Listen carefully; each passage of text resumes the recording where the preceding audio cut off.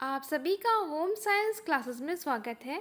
आज के वीडियो में हम पढ़ेंगे मूल्य के बारे में। ठीक है, मूल्य क्या होता है उसको अच्छे से जानेंगे। तो चलिए आज का वीडियो स्टार्ट करते हैं। हम सभी के कुछ मूल्य होते हैं जिन्हें हम ग्रहण करते हैं। मूल्य और लक्ष्यों के माध्यम से हम जीवन से वास्तव में जो चाहते हैं उसके संबंध में स्पष्ट विचारों के बारे में सोचना हमारी क्रियाओं के लिए बनाए गए ढांचे का प्रथम चरण होता है। तो जो मूल्य होता है, जो परिवार क्या करता है, व्यवस्था लाने के लिए जिन आधार और निर्देश दिए दिए जाते हैं। ठीक है, अगर कोई परिवार है वो अपना एक आधार बना लेता है, कुछ निर्णय लेता है। ठीक है, जो निर्णय लेता है उसी के माध्यम से जब पूरा परिवार चलता है वो हमारा मूल्य कहलाता है। ठीक है, अलग अलग परिवार के अलग अलग मूल्य होते हैं और मूल्य बहुत टाइप के होते हैं। ठीक है, कौन कौन से मूल्य आगे हम पढ़ेंगे। ठीक है, एक तो ये फैमिली का है जो उसने बना लिया कि हाँ ये हमारे घर का मूल्य है, इसके अकॉर्डिंग हमें चलना है। अगर मूल्य नहीं होगा तो कोई भी परिवार सही ढंग से नहीं चल पाएगा। इसकी बहुत सारी परिभाषाएं हैं जिसमें हम देखें तो जो फ्रांसिस एम मैक्गवी ने कहा है, मूल्य एक आदर्श स्तर है जिसमें मनुष्य अपने विकल्पों के चुनाव की प्रक्रिया में प्रभावित होता है। ठीक है, कौन से विकल्प चुनाव करना है, ठीक है, उसमें प्रभावित होता है। और नेक्स्ट करें इसका वर्गीकरण का, तो मूल्य आंतरिक मूल्य और बाह्य मूल्य दो टाइप के होते हैं। जिसमें जो आंतरिक मूल्य होता है, जो इंटरनल वैल्यू होता है, वो व्यक्ति में पाए जाने वाले प्राकृतिक गुण आंतरिक मूल्य होता है जिन पर किसी भी प्रकार का बाहरी दबाव नहीं होता है।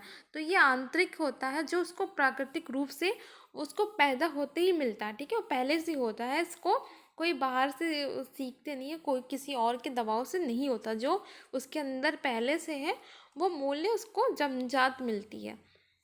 जैसे कि हम बात करें उसका रुचि किस में, तो रुचि हम उसका इंटरेस्ट किस में है। अगर उसको खेल कूद में या डांस में है तो उसको जन्मजात है, या उसको गाना गाने का शौक़ है, उसकी आवाज़ बहुत अच्छी है तो उसको जन्मजात ये मिला है। आप इसमें कोई भी दबाव करके उसकी आवाज़ ख़राब नहीं कर सकती है, कुछ उसको रोक नहीं सकते। फिर नेक्स्ट है कला, योग्यता, उसकी योग्यता कितनी अच्छी, वो पढ़ाई में कैसा है, वो क्या क्या कर सकता है, उसकी क्षमता कैसी है, ये सब उसको जन्मजात मिलती है। जो आंतरिक मूल्य है उसको जन्मजात होती है। ठीक है, फिर जो नेक्स्ट है बाध्य मूल्य, एक्सटर्नल वैल्यू, ये व्यक्ति के स्वयं प्रयासों का फल होता है। ये व्यक्ति खुद ही उसको हासिल करता है, उस अपने अंदर लाता है। जो मनुष्य अपने जीवन काल में सीखता है, ये मूल्य किसी वस्तु को प्राप्त करने के लिए आवश्यक होते हैं। ये किसी वस्तु की प्राप्ति या आंतरिक मूल्यों की प्राप्ति में एक साधन का काम करते हैं। जैसे शिल्प संबंधी संतुष्टि, किसी कार्य को कुशलतापूर्वक करना। तो जो एक्सटर्नल है ये हम सीखने के माध्यम से, अगर हम किसी लैंग्वेज को सीखते हैं, किसी भाषा को दूसरी भाषा को सीखते हैं, तो ये हमारे अंदर, ये हम खुद से सीख के ला रहे हैं। ठीक है, या हमें पेंटिंग करने का शौक़ है तो हम पेंटिंग सीखते हैं, तो ये क्वालिटी हम बाहर से सीख रहे हैं। ठीक है, और जैसे कि हम डांस सीख रहे हैं तो एक तो डांस की हमें पसंद है पहले से, जो इंटरनल वैल्यू में है, अगर हम सीखते हैं तो उसको और बढ़ावा मिलता है। ठीक है, इतना आप लोगों को समझ आया।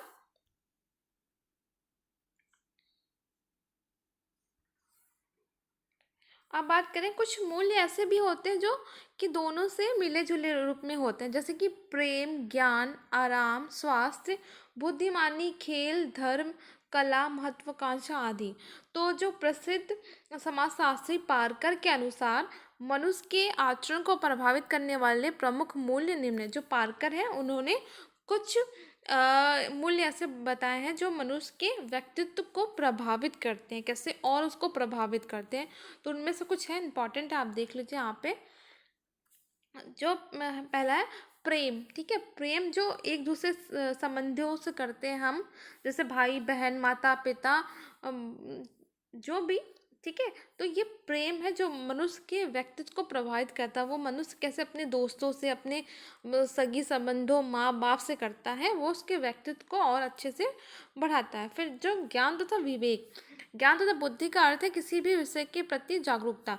तो ज्ञान जब होगा हमें, तो हमें और भी नॉलेज होगी, और भी लोगों के बारे में पता चलेगा, समाज, देश, दुनिया के बारे में पता होगा, किसी चीज़ के बारे में पता होगा, जिससे हमारे बुद्धि का विकास होगा, मानसिक विकास होगा इससे। ठीक है। तो वो व्यक्तित्व में इसको, अगर वो पढ़ा लिखा होगा तो उसका व्यक्तित्व भी तो बहुत अच्छा होगा। तो ये भी हमारे प्रभावित करता है। फिर आराम, जो सुख है, जीवन को यथासंभव आनंददायक तथा रुचिकर बनाने में रुचि बनाता है। ठीक है। फिर नेक्स्ट है आर्ट, कला, प्रत्येक अभिव्यक्ति के सौंदर्य में रुचि, सौंदर्य को जानना, उसकी प्रशंसा करना, सौंदर्य का अनुभव कर संतुष्ट होना ही कला कहलाती है। जैसे कि कोई सौंदर्य, उसकी तारीफें करना। ठीक है। या फिर वो अपने आप को सौंदर्य युक्त मानता है, वो अनुभव करता है, तो ये भी व्यक्तित्व को, वो खुद से खुश होकर अपना सौंदर्य निखारता है, तो ये भी व्यक्तित्व को प्रभावित करता है। स्वास्थ्य, उसका अच्छा स्वास्थ्य होगा, शरीर मानसिक विकास उसका अच्छा होगा, तो व्यक्तित्व अच्छा होगा। वो व्यक्ति महत्वाकांक्षा, व्यक्तिगत जीवन सफलता प्राप्त करने की इच्छा तथा रुचि, अगर वो अच्छा है, ठीक है, उसका शारीरिक विकास अच्छे से हुआ, उसका मानसिक विकास अच्छे से हुआ है, तो वो हमेशा पॉजिटिव सोचेगा। वो सोचेगा कि मैं कैसे सफल हूँ, कैसे और आगे बढ़ूँ। ठीक है। शिल्प विज्ञान संबंधी रुचियाँ, खेल, अपने खेल में भी अच्छा होगा, और उसमें रुचि रखता है तो वो गेम्स खेलेगा। धर्म, जो मनुष्य को बताता है कि कैसे हम अच्छे काम, सत्य के सच्चाई पे चले, और वो अहिंसा का रूप लें। ठीक है।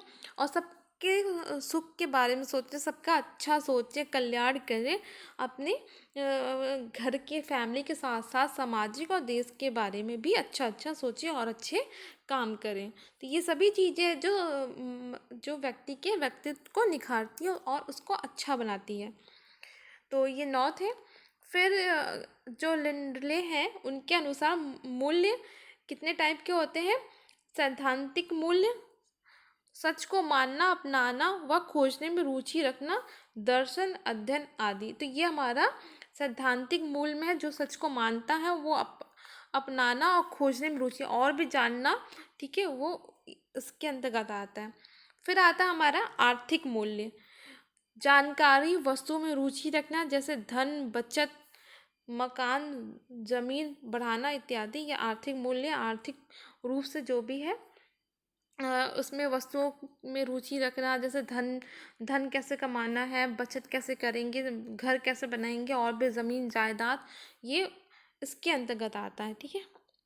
फिर आता हमारा सौंदर्यात्मक मूल्य, सौंदर्य तथा कला में रुचि रखना, लिखना, चित्रकला, शिल्पकला आदि, ये सारे पेंटिंग से लेकर किस में रुचि हमारा, और सौंदर्य के बारे में, ये सारे इसके अंतर्गत आता। फिर हमारा आता सामाजिक मूल्य, इसमें समाज सेवा, अनाथ निर्धन की सहायता करना, समाज सुधारक बनना। तो इसमें समाज के बारे में, जो सभी समाज कल्याण के लिए कार्य करना। ठीक है। और अनाथ, जो भी अनाथ लोग, उनकी हेल्प करना, सहायता करना, खाना देना समाज के लिए, विभिन्न NGO, स्कूल, हॉस्पिटल, ये सब कुछ करना सामाजिक मूल्य के अंतर्गत आता है। फिर आता हमारा